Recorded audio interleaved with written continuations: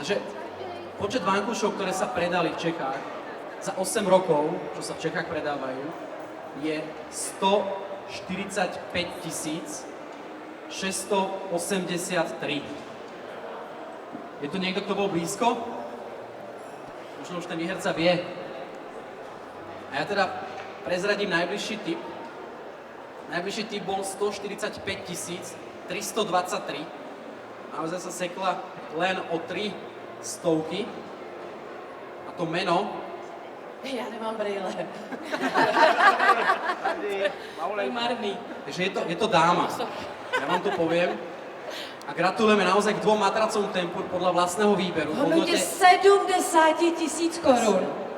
Je to pani Alena Pešicová. Potlesk. Je mezi námi Alena Pešicová. My jí to nechcem posílat poštou. Máme tu certifikát. Alena Pešicová je tady. Ja si myslím, že asi nie, pretože je to zo štvrtka. No ale zo čtvrtka, když je do soutěží o 70 000, tak je snad jasný, že musí přijít, ne? Ja si myslím, že my je zavoláme a ona určite príde.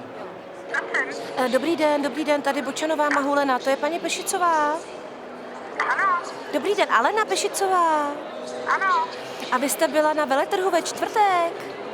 ano, byla. A vy jste typovala madrace, kolik se prodalo polštářů a vzpomínáte si, kolik jste typovala?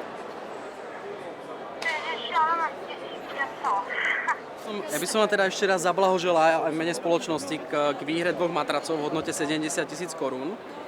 Dúfam, že sa veľmi tešíte, ja som to počul. A budeme radi, keď si prídete tieto naše matrace vyzdvihnúť k nám na predajňu. Pani Pešicová, ja by som vám chcel zablahoželať v mene spoločnosti Tempur k výhre 2 krásnych matracov. Podľa vlastného výberu samozrejme v hodnote 70 000 na základe toho, čo ste tipli a rád by som odozdal tento výherný certifikát. Ďakujem pekne. Blahoželám vám.